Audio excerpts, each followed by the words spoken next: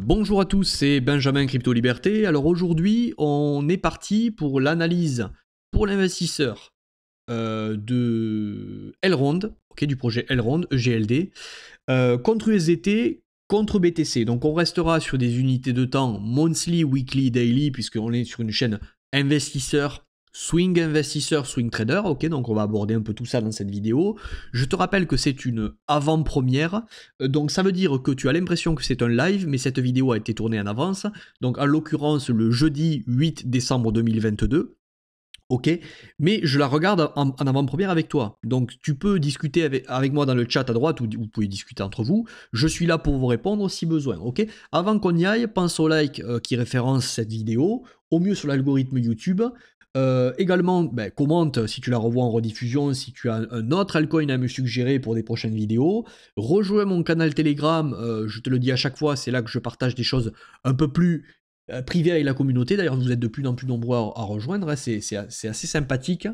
Et enfin, si tu veux échanger avec moi en visio ou pour discuter crypto et plus si affinité par rapport à l'accompagnement que je propose, n'hésite pas à trouver les liens sous cette vidéo ou sur la bannière de ma chaîne YouTube. Ceci étant dit, on va y aller. On étudie ensemble EGLD. Alors, EGLD, je le rappelle, le fondamental ne sera pas abordé, chacun a son propre avis sur tout ça. On est sur une chaîne d'analyse technique, de compréhension d'un cycle de marché, de placement de liquidité, week-off, etc. Demand zone, supply zone, tu le sais, on essaie d'être le plus rationnel possible et pas se faire biaiser par son émotionnel sur un coin et son attachement à un coin. On n'est pas ici pour être amoureux des jetons, on est là pour profiter d'un jeton pour gagner de l'argent. En tout cas, c'est ma vision des marchés crypto, bien que j'aime le fondamental, mais et l'esprit crypto qu'il y a derrière, je ne veux pas être plus pauvre que ce que... je ne veux pas m'appauvrir ou ne pas m'enrichir avec les cryptos dans 5 ou 10 ans juste parce que j'aime les cryptos. Mon but c'est de gagner de l'argent. Alors, on va y aller pour EGLD. Donc EGLD en monthly, comme ça, est-ce que la tendance est haussière ou est-ce que la tendance est baissière? Là, selon toi. Donc ce que l'on peut regarder, c'est que pour l'instant, on a un bottom ici. Et on a un bottom ici. Alors je ne vais pas le répéter à chaque vidéo. Certains, selon Do, diraient bottom, top. Top ici. Attention, bottom, top, bottom. Donc selon Do, certains diraient que là on est bullish, mais depuis là, on est passé bearish. Oui et non, toujours pareil. Alors, je vais quand même le répéter dans cette vidéo. Lorsqu'on casse une zone clé, il y a deux solutions. Il faut voir ce qui se passe à la cassure, sous la trading range, c'est-à-dire sous cette ligne ici. Qu'est-ce qui va se passer? Est-ce qu'ici la cassure est une cassure réelle pour réinverser la fractalité du marché, vraiment passer dans un marché bearish? Ou est-ce que finalement tout ça, tout ce qui est fait ici, est uniquement une distribution suivie d'une accumulation sous la trading range de cette structure, et une distribution plus une accumulation, à voir ce qui va se profiler ici sur GLD, ça s'appelle une réaccumulation. Et donc long terme, lorsqu'on a des cassures de structure, c'est soit en réalité on casse une structure pour effectivement passer bearish, ou soit on casse une structure pour accumuler des ordres de vente, et les gros, qu'est-ce qu'ils font dans ces ordres de vente? Ils achètent pour pouvoir propulser le marché plus haut. Donc ça veut dire qu'en réalité, les vrais bottoms à prendre en compte, c'était celui-ci, et potentiellement celui-ci à l'avenir. Et celui-ci, c'était uniquement un bottom qui servait de création de liquidité pour venir le défoncer et récupérer beaucoup de liquidités vendeuses. Je le rappelle, tous ceux qui ont ici pensé que ce bottom tiendrait, qui ont pris position à cet endroit, ont accumulé des stop loss vendeurs ici, puisque des swing traders qui achètent ici, ou des swing traders qui ont acheté ici sur GLD, ont leur stop loss en dessous. Le stop loss de quelqu'un qui achète est une vente au marché. Et également, lorsqu'on casse avec cette bougie ce niveau, il y a eu beaucoup de sell market, de vente, de gens qui ont dit non, c'est bon, on a cassé un support majeur, donc du coup on va plus bas. Donc ici, beaucoup d'ordres vendeurs, un régal est excellent pour les gros et les moins gros, pour pouvoir capturer toute cette liquidité vendeuse pour placer des achats. N'oublie pas que les marchés sont déjà somme nulle. À chaque fois qu'il y a un vendeur, il y a un acheteur en face, d'accord ? Donc si le marché ne témoigne pas de la continuation baissière assez rapidement avec de la force, c'est que potentiellement, sous cette tiers, il est en train de réaccumuler pour potentiellement aller faire des plus hauts. D'accord? Donc ceci étant dit, pour moi, et on va aller étudier, pour moi, pour l'instant, on ne peut pas vraiment se prononcer. On va aller étudier ce qui se passe justement en weekly et en daily pour voir si effectivement, là, on est en train de faire un bottom et si EGLD est en train de continuer une hausse qu'il avait entamée ici, ok, qu'il a cassé ici, mais toujours pareil, à cette cassure de trendline et ce point ici, qu'est-ce qui va se passer ici pour déterminer le biais. Alors, ceci étant dit, on va passer en weekly. Donc c'est parti, en weekly, EGLD. Alors, en weekly, alors avant d'aller en swing investissement, vous le savez, je le répète à chaque fois, ce bottom est cassé. Donc, on va prendre ce bottom qui est le bottom ultime. Pour quelqu'un qui voudrait DCA, on prend le bottom ultime, ok, le top. Pour quelqu'un qui voudrait DCA, tout ce qui passe sous le 0,786, pour les plus agressifs, pour les moins agressifs, tout ce qui passe sous le 0,118, mais je ne vous le recommande pas pour un altcoin, ok, ceci n'est pas un conseil d'investissement, vous faites ce que vous voulez. Vous pouvez, si vous croyez en EGLD, DCA tout ce qui est passé sous le 0,786, d'accord. Si EGLD ne meurt pas à l'avenir, ok, si EGLD ne fait pas quelque chose comme ça, ou si EGLD ne fait pas quelque chose comme ça, ok, tout ce qui est DCA ici est un bon prix si vous croyez à EGLD sur le long terme. Donc tout ce qui passe en dessous des 121,19. Mais vous voyez que DCA, DCA, DCA, DCA, vous pouvez rester longtemps avec du cash immobilisé, voire à perte, voire qui ne fait rien. Donc le DCA n'est pas non plus un remède miracle. Moi, je préfère le swing investissement, c'est-à-dire essayer de voir des signaux de retournement pour pouvoir agir dans un actif qui va me dire ok, prise de liquidité, shift de structure et on part pour un rallye haussier. Comme on avait eu ici par exemple, ok, un bottom, un autre bottom, on rebondit, on prend la liquidité, derrière on shift, on revient et boum, c'est parti pour un marché haussier. Ok, c'est ça qu'on va essayer de voir pour du swing investissement. Je ne suis pas contre le DCA, mais attention avec tout ça, ça semble être la recette miracle, mais elle ne l'est pas forcément. Okay, alors, étudions tout ça maintenant en termes de swing investissement. Donc on va essayer de voir où est-ce qu'il y a des supply zones, des demand zones, des déséquilibres, donc monthly, weekly et daily. Ok. Donc si ce bottom tient, et si le marché veut aller faire des plus hauts, je te rappelle que ce break ici, ok, doit nous montrer maintenant de l'engagement haussier. Et là, on pourra dire, ok, oui, ce break, c'est vraiment un break pour prendre la liquidité et aller faire des plus hauts. Ok, donc allez, on va analyser en monthly si on a laissé des demand zones qui n'ont jamais été refermées. Alors, elle est très basse, j'en conviens, mais je suis obligé de te la montrer. Ici, en monthly, on a, on a une demand zone. Hop, monthly demand zone. Tu le vois, on a break. On n'est jamais revenu. Si tu es nouveau sur la chaîne et que tu tombes sur cette vidéo, j'ai fait une longue vidéo Supply Demand Zone.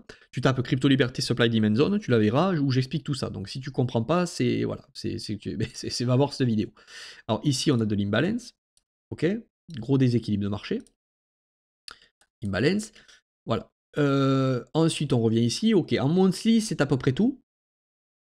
Donc voici en monthly des raisons pourquoi on pourrait aller plus bas. D'accord?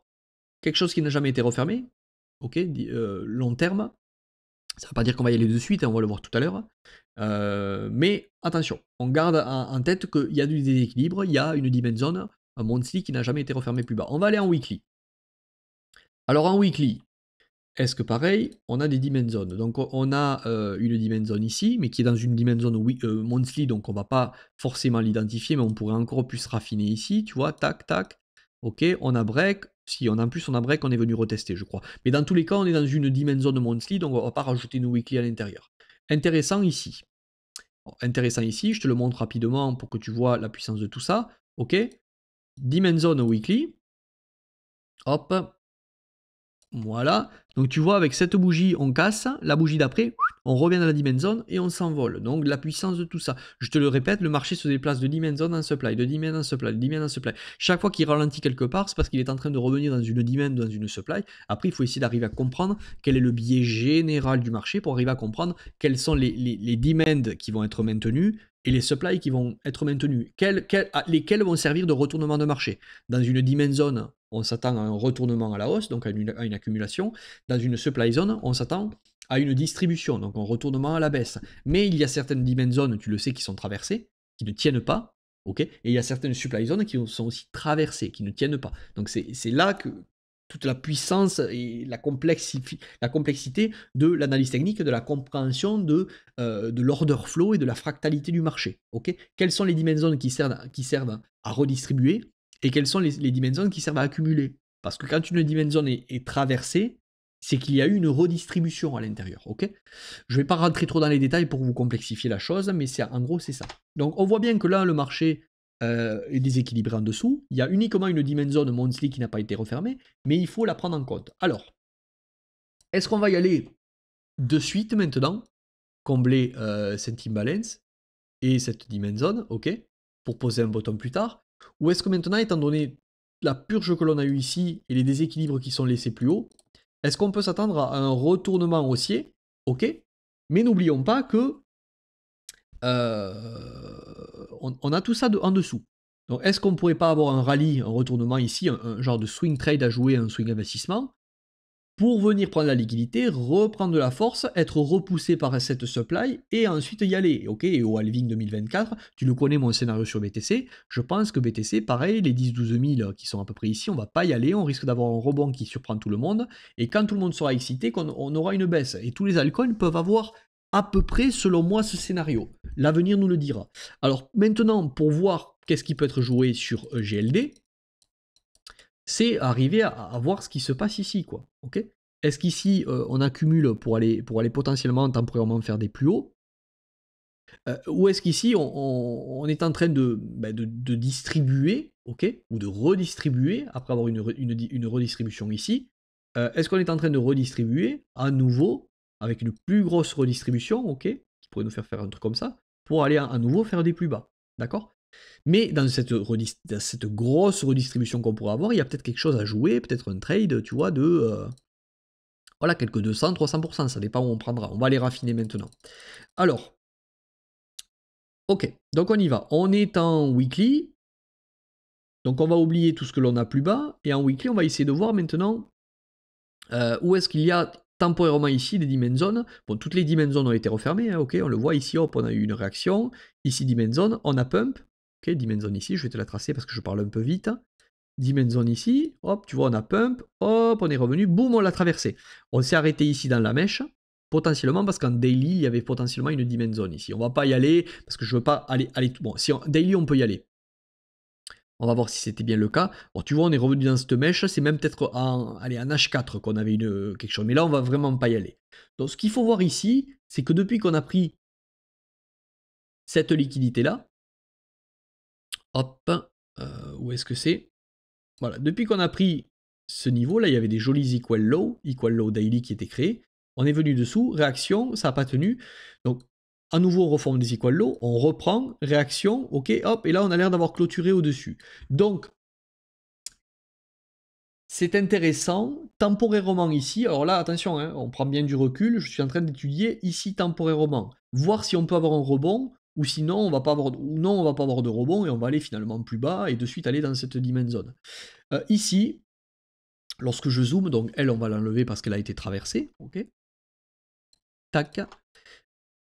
Est-ce qu'on accumule ou est-ce qu'on redistribue? Pour l'instant, l'action de prix me laisse penser que on est en train d'accumuler. Alors, je m'explique.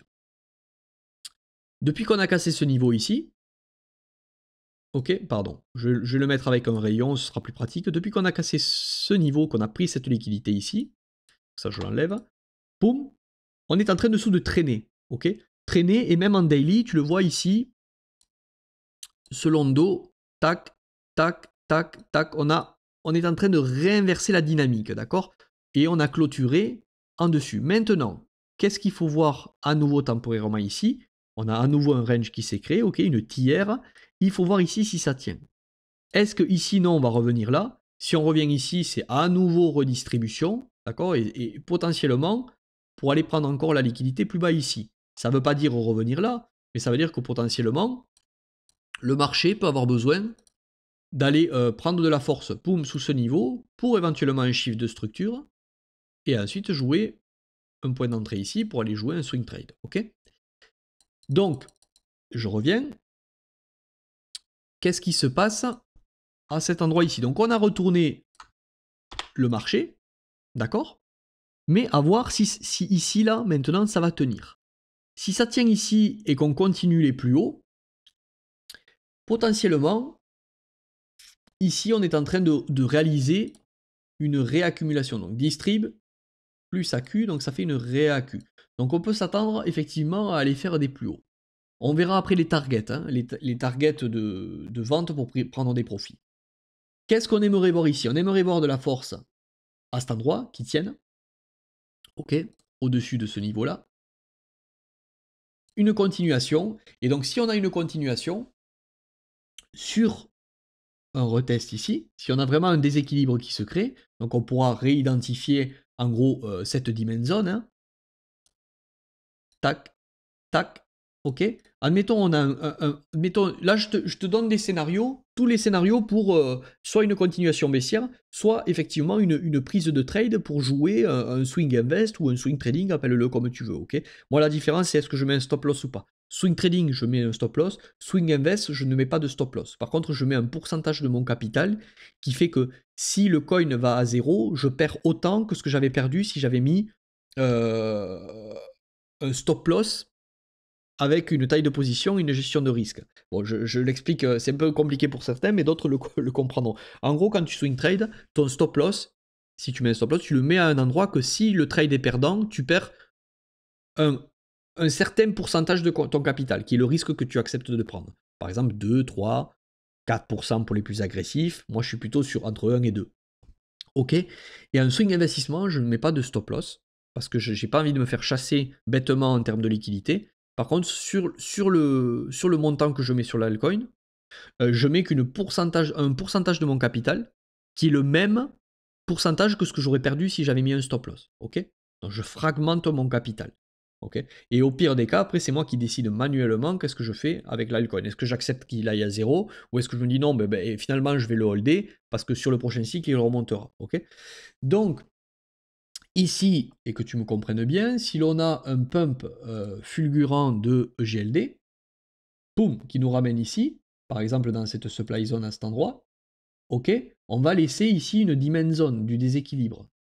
Mais ça voudra potentiellement dire que on peut avoir une réaccumulation qui se décide, ok.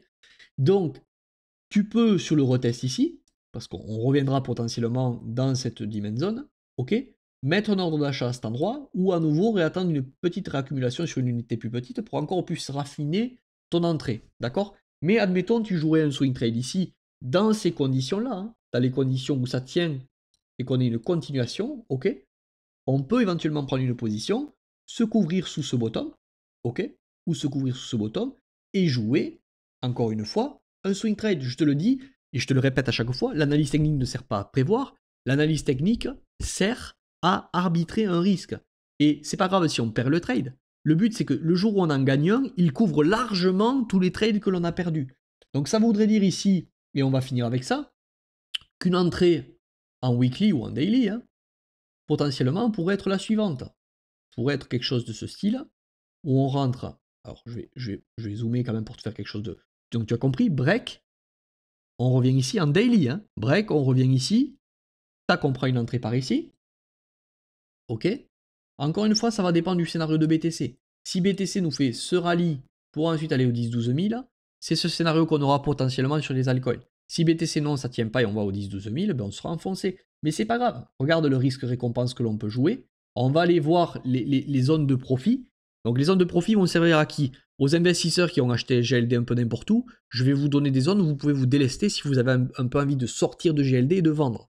Et ça va servir aussi aux swing traders qui prendraient éventuellement ce trade là que je vais vous montrer, de prendre des profits. Alors après, à vous de voir, 25, 50% de votre position, et ça c'est à vous de le gérer.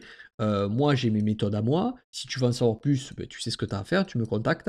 Mais après, ça c'est à vous de le gérer. Je ne peux pas non plus tout vous donner, tout détailler, ça serait trop long. Hein. Alors, on va aller à monthly, on va essayer de trouver des supply zones. Donc ce trade est en attente, on va voir où est-ce qu'on peut espérer aller, entre guillemets, j'aime pas le mot espérer, mais bon, toujours pareil. Tu vois bien ici que tu vois, ici on avait une supply zone, grande supply zone monthly, juste pour te montrer au passage. Hein. Grande supply zone monthly, boum, boum, on casse, où est-ce qu'on revient avec cette bougie? Bam, dans la supply zone, ok? Pile poil. Donc celle-là, elle est clôturée. Cette supply zone, non. Alors ici, tu vois, ici, hop, supply, point of interest, monthly. Là, on a break, on n'est jamais revenu. Donc effectivement, ça c'est un... Qu'est-ce que je fais? J'ai pris Fibonacci. Ça, effectivement, c'est un niveau qui peut être sympa en termes de prise de profit. Bon, je mets 100%, toujours pareil pour l'exemple. En monthly, ok? Donc en monthly, c'est à peu près tout. On va passer en weekly pour essayer de raffiner et trouver d'autres prises de profit potentielles. Alors ici, on a break, on est revenu. Tu vois, en weekly, c'est pareil. Hein, on avait vraiment la dernière ici. On casse là, boum, on revient dedans, on revient deux fois et on drop. Ici en weekly, on casse, boum, on revient, on drop. Ici en weekly, on casse, on est revenu dedans. Donc pour l'instant, GLD, donc j'ai vraiment une zone ici de profit. Est-ce qu'on a une zone ici pour vite se mettre à break-even? Ouais, bon, c'est pas terrible, ou à moins que vraiment on la joue serré à cet endroit. D'ailleurs, moi, si je le jouais, je le jouerais serré comme ça, et mon stop, je me mettrais plutôt ici, sous ce bottom ici, qui est à, bah, tu l'as ici, 39,43, d'accord? Je vous dis pas que je vais jouer au GLD, hein, mais je vous dis ceux qui veulent le jouer et qui pensent ici, et qui voient des signes de réaccumulation en daily, ok, en weekly, c'est pas top, hein. En weekly, on est vraiment là, faut pas dire n'importe quoi, en weekly, vraiment, on est sur une tendance baissière, mais potentiellement, si en daily on monte de la force, dans un premier temps on pourrait revenir sur cette supply, donc il faudrait effectivement peut-être se couvrir ici assez rapidement, donc je vais le tracer. Ça ne veut pas dire qu'on va s'arrêter là, ça veut dire qu'ici déjà on peut prendre quand même un pourcentage assez conséquent du trade pour se protéger un petit peu, d'accord? Alors, on va effacer tout ça, et on va, maintenant que je t'ai identifié les zones de prise de profit, hop, j'enlève tout ce que j'ai un peu tracé, hein. Voilà, maintenant que je t'ai identifié toutes ces zones de profit, tac, on va voir. Allez, hop. Donc le trade, tu as bien compris, j'y reviens pas, tu regardes la vidéo, sinon ça va être trop long. Pourquoi on le prendrait ici? Les raisons que je t'ai données tout à l'heure.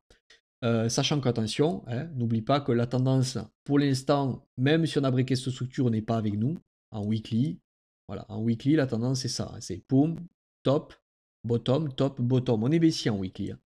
On est en train potentiellement de revenir combler cette supply zone ici weekly, ok? Voilà, que l'on n'a pas retesté depuis la cassure. Mais est-ce qu'on va aller ici dans cette supply zone monthly? Je n'en sais rien. Si on y va, ça fait un super trade. Le trade peut se jouer, à voir si tu es prêt à prendre ce trade et à accepter une perte. C'est-à-dire que le risque récompense, si on va tout là-haut, est à 15, donc c'est joli. Et le risque récompense, si on va juste ici, voilà, à l'entrée de cette supply zone weekly, est à les 2. Alors peut-être qu'on peut monter ici, tu vois, tu peux aller chercher le 2, tu peux prendre un swing trade à 2. Moi perso, c'est pas quelque chose que je prendrais. Je vous fais le GLD parce que ça m'est beaucoup demandé, mais c'est pas quelque chose que je prendrais, d'autant plus qu'ici on a beaucoup d'imbalance et une grosse dimension weekly en dessous. Bon, monthly, pardon, moi je n'irai pas. Mais je vous le fais parce que ça m'est demandé. Après, si le trade vraiment, là on a un gros shift, alors en weekly, il y a peut-être un autre trade à prendre maintenant que je parle, c'est du live, donc vous m'excuserez si c'est de l'analyse en live, je ne l'ai pas beaucoup analysé à l'avance, pas du tout, même GLD, donc je vous le fais comme ça. Ça fait partie aussi de la réalité de la vie, hein. Comme ça il n'y a pas de fake, parce que c'est plus facile de préparer une vidéo à l'avance et après de faire des cuts et enlever tout ce qui... Là je vous dis brut de décoffrage. Quelque chose qui pourrait être en weekly plutôt que la jouer risqué comme ça en daily, d'ailleurs c'est ce que je vais plutôt vous donner, c'est que là maintenant ce qu'on aimerait voir, et une confirmation qui serait sympa, ça serait là en weekly un shift de structure, ok, qu'on prenne une clôture en dessous de ce niveau, ou et encore mieux une clôture en dessus de ce niveau. Ça veut dire si j'ai une clôture en dessus de 63,99 ou en dessus de hop, 69, là oui, j'ai un gros signal qui me dit que potentiellement on peut revenir dans cette supply zone monthly, ok, mais ça ne veut pas dire que tu prendrais le trade sur la trading range. Je vais expliquer. Ça ne veut pas dire que tu prendrais le trade ici, hop, ou que tu prendrais le trade ici, d'accord? Ça veut dire que si on break ces niveaux en clôture au weekly, effectivement là on a retourné dos, boum, potentiellement, et donc sur le retest, tu peux prendre un trade par ici, ok? Donc le retest, ça serait quoi? Ça serait par exemple un déséquilibre, un daily, une demand zone qui s'est recréée en daily parce qu'il y a eu un déséquilibre. C'est-à-dire, là en weekly, si on fait ça, en daily, on pourrait avoir un truc du style tac, tac, tac, chasse et boum. D'accord? Et là, ça, en daily, ce serait une demand zone. Ok? Et tu pourrais prendre un trade par ici. Donc on va plutôt jouer ce trade-là, parce que prendre un trade ici en daily, c'est un peu kamikaze pour moi. Ça peut le faire, mais ça se rapproche un peu du gambling et c'est vraiment juste prendre le risque de revenir ici sur une supply zone weekly et se faire de suite rejeter. Pourquoi? Tout ça pour jouer un RR de 2, c'est pas dans ma philosophie. Moi, je préfère jouer des gros RR. Ok? Donc, ce qu'il faudrait plutôt faire ici, c'est attendre ce shift, clôture, donc soit ce niveau, à toi de voir. Revenir dans une demand zone daily, un imbalance qui serait créé un déséquilibre. Prendre position éventuellement ici. Ok. Ah, c'est pénible cette taille de position chaque fois qui est énorme. Hop. Ok. Prendre position de cette manière. Se protéger sous ce lot. Ou ce lot ici. Et pour optimiser le RR, moi, ce serait plutôt là. Ou si en daily, tu veux raffiner. Admettons, voilà, je t'explique juste ça. Admettons, là, tu as un break. Ok. Comme je t'ai dit, ça recrée une dimension zone daily par ici. Parce que en daily, on donnerait quelque chose de comme ça et break. Ok. Et en weekly, ça donnerait une ligne. Ici, tu aurais une nouvelle dimension zone. Si tu veux, le stop peut se mettre, pour jouer plus serré, sous la dimension daily. J'espère que c'est clair. Si c'est pas clair, pose-moi des questions en commentaire et je réexpliquerai plus tard. Ou je t'explique par écrit là, puisque je regarde la vidéo en même temps que toi. Ce serait en daily, se couvrir sous la nouvelle dimension qui s'est créée pour là, oui, jouer un RR un peu plus sympa. D'accord? Et potentiellement un retour ici. Et là, tu vois, ça t'augmente le RR. Tu as 12 de risk-reward. Bon, ça c'est toi qui vois. Ou alors, tant pis, tu te protèges sous ce creux et là tu joues plus quelque chose du style 3-4 qui est déjà, pour un swing trade, un ratio sympa.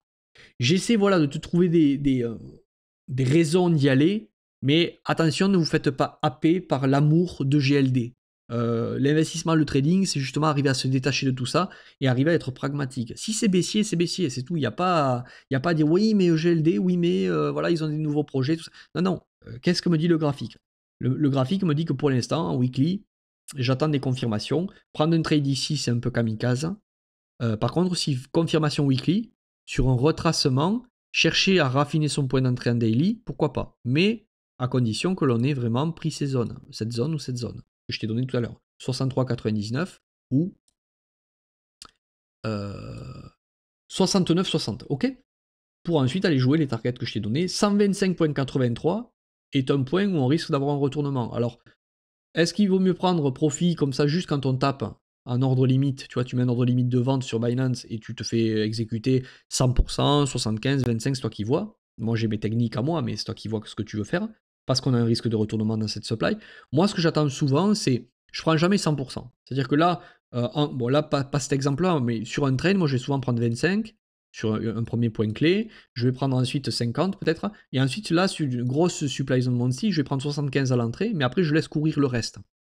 Et le reste, je le revends quand? Je le revends quand? Dans une supply zone, on peut avoir deux choses. On peut avoir une distribution, cassure, suivie d'une accumulation, et on va faire des plus hauts. Et là, si tu sors trop tôt, tu fais quoi? T'as vendu tout, t'es sorti un peu trop tôt, dommage. C'est pour ça que moi, je garde toujours 25% de mon trade. Et ce que j'attends, c'est de voir ce qui va se passer avec les 25 qui me restent. S'il y a une réaccumulation, je laisse courir le trade. Par contre, si je vois quelque chose du style, on arrive à la supply, chasse, shift, là par contre, c'est bon. Je me dis non, potentiellement, c'est une distribution, d'accord? Donc je regarde l'action du prix en dessous, et là, si vraiment je vois que ça y va pas, ben, je me déleste totalement de la position. J'attends en fait la confirmation de structure plutôt que prendre un ordre juste sur l'entrée d'une supply.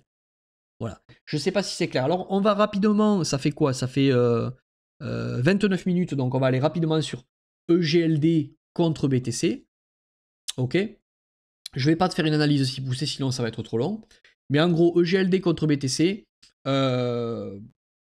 les bottoms qui semblent être défendus long terme, ok, c'est haussier, hein, clairement c'est haussier, on le voit là, et alors il y a eu, oui, ici, retournement, il y en a qui diront selon dos, tout ça, mais c'est pareil, les bottoms ici, c'est ici, ici, ici, long terme. On a un actif qui est quand même dans un canal qui monte, ok, toujours pareil, qui se tasse parce que ça tend à une asymptote en logarithmique, c'est normal, mais on est vraiment sur un actif qui est haussier. Donc pour moi, le bottom défendu, il est là, et ensuite là, on a pris ce niveau, et depuis qu'on l'a pris, grosse réaction. Donc pour moi, le prochain bottom, potentiellement, il est ici. Je pense que si sur EGLD USDT, on revient dans combler tout cet imbalance et ces zones monthly. Ça va nous donner par rapport à ici des baisses de voilà, moins 60, moins 70. Sur EGLD contre BTC, je te rappelle, c'est si tu veux gagner du BTC grâce à EGLD. Ok. Qu'est-ce que nous dit le graphique? Bah, le graphique nous dit que potentiellement, le dernier bottom défendu, il est ici. Hop. Voilà, le dernier bottom défendu, il est ici. Donc si contre USDT, on a des retracements de 60-70, tu vois, ça pourrait nous ramener potentiellement ici. Voilà. Donc ce bottom, il va tenir si le bottom si ce bottom tient, ok. Mais ce bottom, alors, si ce bottom tient ou si on revient ici, là, dans cette demand zone weekly, ok. Par contre, si vraiment on enfonce sur USDT et qu'on revient ici, ça nous renverrait, je pense, un EGLD BTC ici, à cet endroit, ok. Sur ce bottom. Et c'est réellement ce bottom qui était défendu. Et donc là, il faudrait voir ici qu'est-ce qui sera fait dans cette zone. Et potentiellement, on devrait voir une accumulation, ok, pour aller faire des plus hauts. Et effectivement, ce bottom-là n'était pas un vrai, c'était qu'un bottom à création de liquidité pour prendre la liquidité en dessous. D'accord? C'est pareil. À voir ici, je pense que dans tous les cas, avant un pump sur EGLD BTC, ok, il faudrait prendre ces equal low là. Okay. Je nous vois mal à cet endroit aller faire un rallye en laissant toute cette liquidité en dessous. Je vois plutôt, moi, quelque chose du style, on prend la liquidité, et si shift de structure derrière, sur le pullback, tu peux prendre un point d'entrée, EGLD contre BTC, ok. Toujours pareil, pourquoi faire? Pour accumuler du BTC, parce que tu estimes que EGLD va surperformer BTC, ok, et que grâce à la surperformance de GLD contre BTC, quand tu vas revendre du coup, et tu vas gagner plus de BTC. Cette valeur de BTC en dollars peut baisser, mais tu es prêt à l'accepter parce que tu estimes que BTC est plus proche d'un bottom que d'un top, et que donc ce sera dans tous les cas prolifique pour un prochain bull market sur les crypto-monnaies. Ok. Et que comme dollar est potentiellement plus proche maintenant d'un top et BTC potentiellement plus proche d'un bottom, c'est intéressant de trader ces BTC contre des altcoins pour gagner en BTC. Ok. Voilà, j'ai été un peu vite sur EGLD BTC, mais tu as vu mon sentiment, moi ça me dérange tout ça en dessous. Tout ça en dessous me dérange. Même si le fonda te plaît, etc., n'oublie pas que la tendance et la dynamique là est baissière, jusqu'à preuve de ce shift de structure dont je t'ai parlé. Et si ce shift de structure vient, essaie de trouver une entrée raffinée qui te permettra en termes de RR d'aller chercher les 125,83. Mais très clairement, pour moi, aujourd'hui, il y a mieux. Voilà. L'avenir va nous dire la suite. On verra si j'étais dans le vrai ou dans le faux. Dans tous les cas, on s'en fout. C'est le marché qui aura raison. Le but n'est pas de lire, le but est de, si je gagne un trade, je gagne beaucoup. Qui peut me permettre d'en perdre 5 derrière. Bien sûr, le but est de peaufiner son win rate. Hein. Son RR est important, le ratio risque-reward, mais le win rate est important.